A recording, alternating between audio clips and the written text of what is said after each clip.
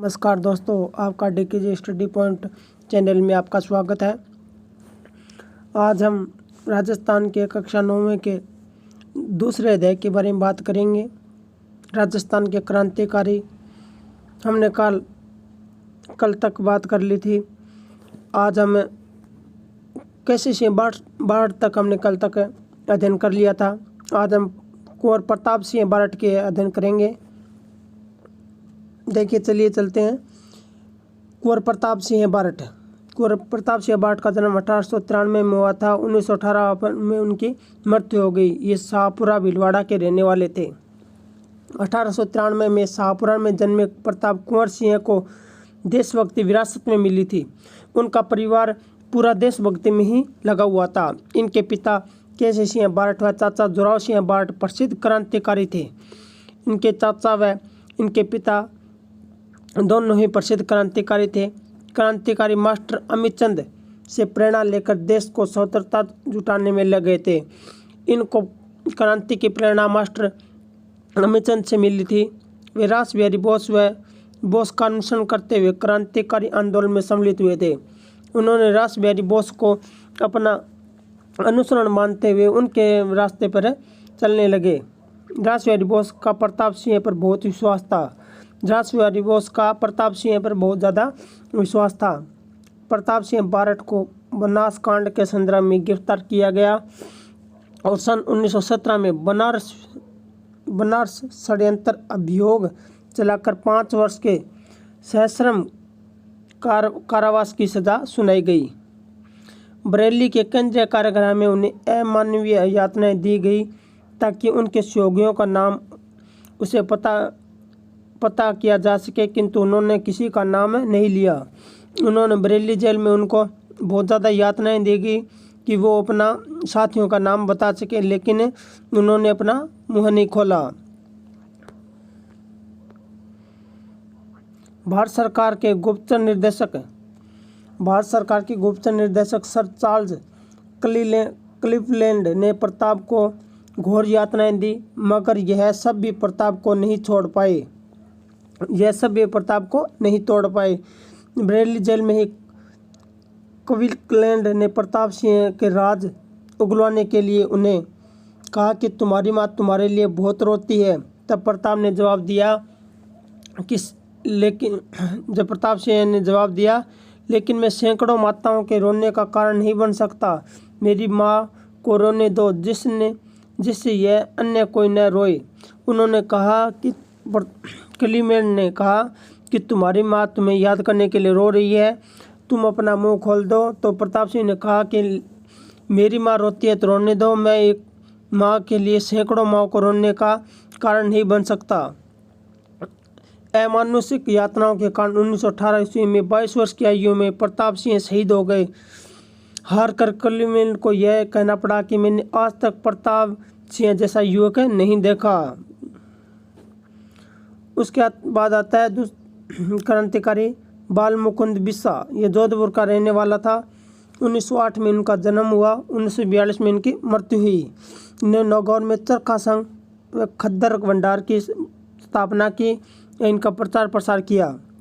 राजस्थान के जनित दास बाल मुकुंद बिस्सा का जन्म 1908 में हुआ। राजस्थान के इन्हें जनित दास भी कहा जाता है। इनका जन्म 1908 में हुआ था। ये डीडवाना तहसील के पिपलवा गांव के एक साधारण परिवार में जन्म हुआ। 1942 में जन व्यास के नेतृत्व में शुरू हुए जन आंदोलन के दौरान बिस्सा को 9 जून 1942 को भारत रक्षा कानून के अंतर्गत बंदी बनाकर जेल में डाल दिया गया था। जेल में राजनीतिक बंदियों से होने वाले दुर्व्यवहार के विरुद्ध बिस्सा ने लंबी भूख हड़ताल की। जेल में बंदियों के दमन व हड़ताल से बिस्सा बहुत कमज़ोर हो गए थे और उन पर लू का भी प्रकोप हो गया था। 19 जून को उन्हें वार्ड से जेल अस्पताल भिजवाया गया, जहां अधिकारियों की लापरवाही के कारण उनका निधन हो गया। बिस्सा के निधन का समाचार समूचे नगर में बिजली की तरह फैल गया और देखते ही देखते अस्पताल के सामने लोगों की भीड़ इकट्ठी हो गई। उस जमाने में लगभग 1 लाख लोगों ने मीलों पैदल चलकर उनकी अंत्येष्टि में भाग लिया था। उसके बाद राम गोपाल राममल गोप्पा जैसलमेर के रहने वाले थे। जैसलमेर में जन्मे राममल गोप्पा जीवन पर्यंत अपनी जन्मभूमि के दुखों को दूर करते रहे। इन्होंने अत्याचारी निरंकुश राजशाही का कड़ा विरोध कर जैसलमेर राज्य में राजनीतिक चेतना उत्पन्न करने के साथ साथ शिक्षा प्रचार का पर भी विशेष जोर दिया। गोप्पा ने आज़ादी के दीवाने, रघुनाथ सिंह का मुकदमा एवं जैसलमेर का गुंडा राज प्रसिद्ध पुस्तकें छपाकर वितरित की, जिसमें जैसलमेर के राजशाही के काले कारनामों की लंबी सूची एवं उनकी कटी आलोचना थी। इनके लिए इनको राज के कोप का भाजन बनना पड़ा। इन्होंने ये कविताएं लिखी, इसके कारण उनको राज के कोप का भाजन करना पड़ा। उनको अंग्रेज़ों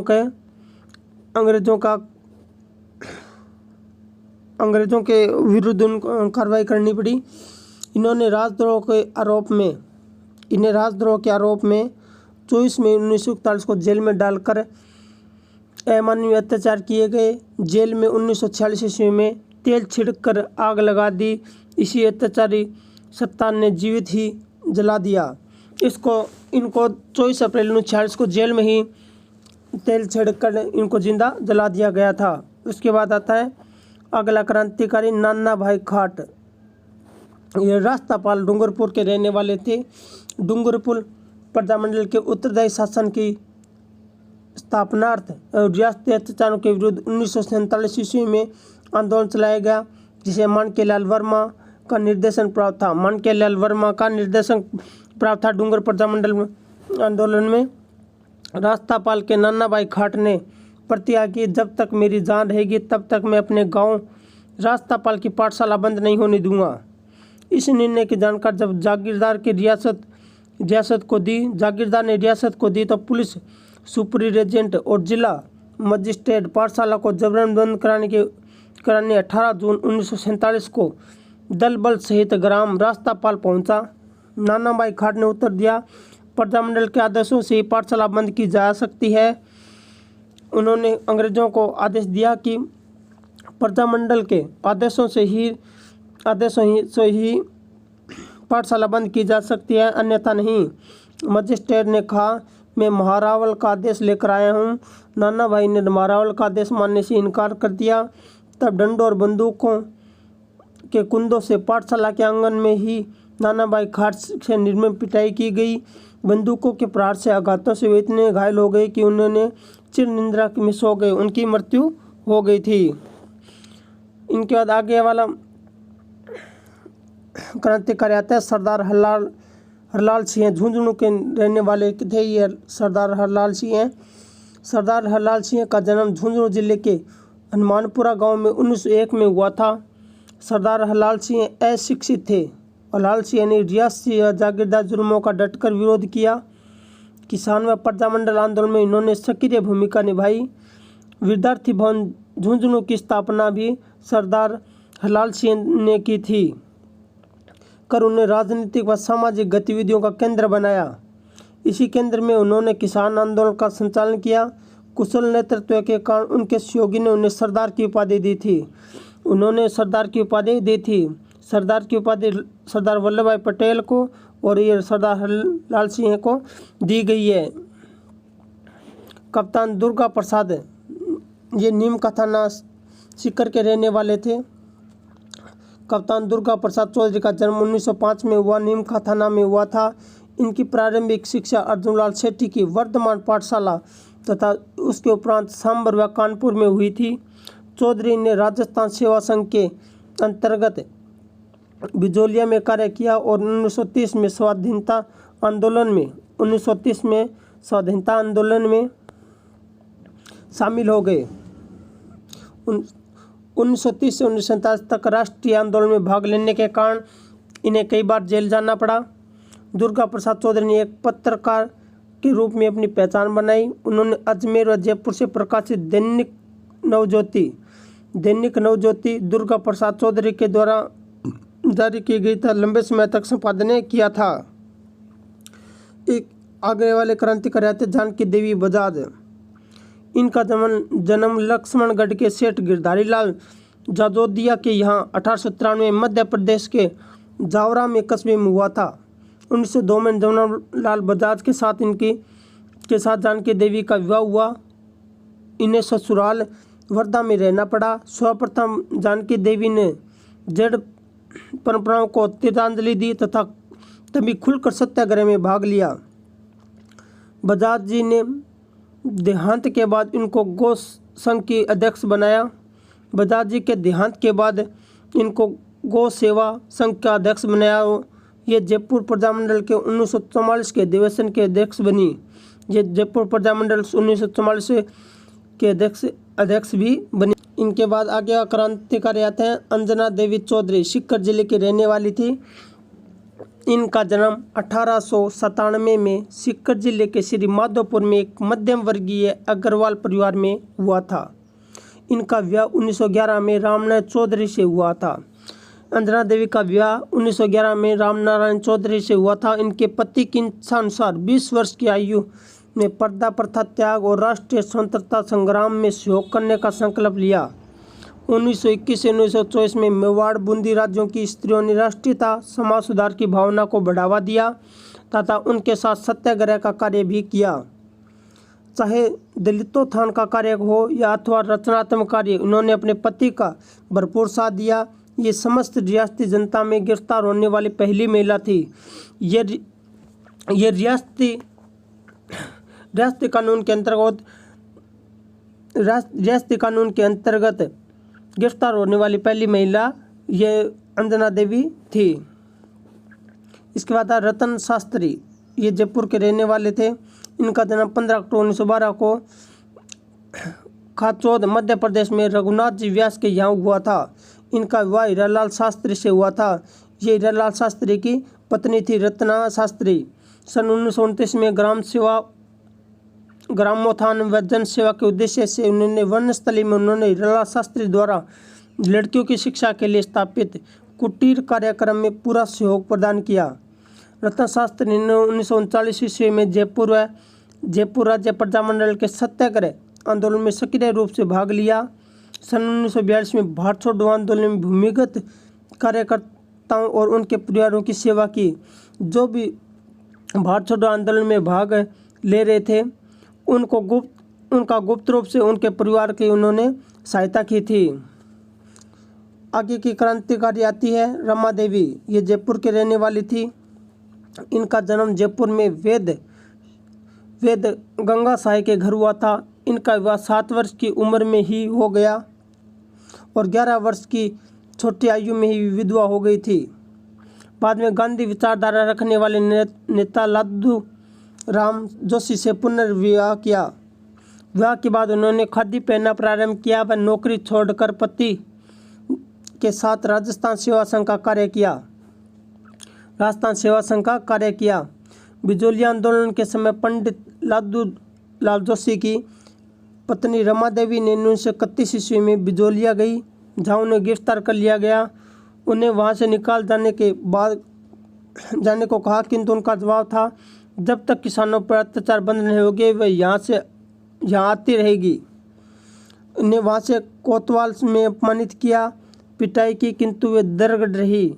उनका विश्वास है टूटा नहीं। 1930 से 1932 में सत्याग्रह व सविनय अवज्ञा आंदोलन में उन्होंने भाग लिया व जेल भी गई थी। आगे आता है राजस्थान का प्रमुख क्रांतिकारी महिला कालीबाई, जो डूंगरपुर जिले की रहने वाली थी। डूंगरपुर जिले के गांव रास्तापाल की निवासी भील कन्या कालीबाई रास्तापाल की पाठशाला में पढ़ती थी। जून 1947 में डूंगरपुर महारावल के फरमान के बावजूद जब रास्तापाल की पाठशाला बंद नहीं की गई तो पुलिस सुपरिटेंडेंट व मजिस्ट्रेट दल बल सहित पाठशाला पहुंचे, जहां पुलिस ने पाठशाला बंद कराकर उनकी चाबी सुपुर्द करने का आदेश दिया तो प्रजामंडल कार्यकर्ता नाना भाई खाट ने मना कर दिया। इन सिपाहियों ने नाना भाई खाट की पिटाई कर अध्यापिक सेंगाबाई को ट्रक से बांधकर घसीटना शुरू कर दिया। नाना भाई खाट को ट्रक से बांध घसीटना शुरू कर दिया तो कालीबाई ने 13 वर्षीय भीलबालिका कालीबाई ने अपने खेत में घास काटकर लौट रही थी। तब उन्होंने अपने गुरु सेंगाबाई को ट्रक के पीछे घसीटते देखा तो वह भीड़ को चीरती हुई ट्रक के पीछे दौड़ी और चिल्लाने लगी, मेरे गुरुजी को कहाँ ले जा रहे हो? ट्रक को रुकते देखकर उन्हें सिपाहियों को चेतावनी की परवाह किए बिना धनदराती से सेंगाबाई के कमर से बंदी रस्सी काट दी, मगर तभी पुलिस की गोलियों ने कालीबाई को छलनी कर दिया। 18 जून 1947 को कालीबाई को छलनी कर दिया, उनकी मृत्यु हो गई। अंत में उन्होंने अपने गुरु को बचाने के प्रयास में कालीबाई ने 20 जून 1947 को दम तोड़ दिया। रास्तापाल में उनके स्मृति में एक स्मारक बना हुआ है। आगे की क्रांतिकारी आती है किशोरी देवी। किशोरी देवी सरदार हलाल सिंह की पत्नी। किशोरी देवी ने पति के साथ मिलकर छेकाट क्षेत्र में जागीर प्रथा के विरोध में राष्ट्रीय आंदोलन में भाग लिया। सियोट के ठाकुर मान सिंह व द्वारा सोतिया कबास नामक गांव में किसान महिलाओं के साथ किए गए दुर्व्यवहार के विरोध में सीकर जिले में कटराथल नामक स्थान पर किशोरी देवी की अध्यक्षता में एक विशाल महिला सम्मेलन 1934 में आयोजित किया गया, जिसमें क्षेत्र की लगभग 10,000 महिलाओं ने भाग लिया था। तो दोस्तों, कक्षा 9वीं का अध्याय यहीं तक खत्म होता है।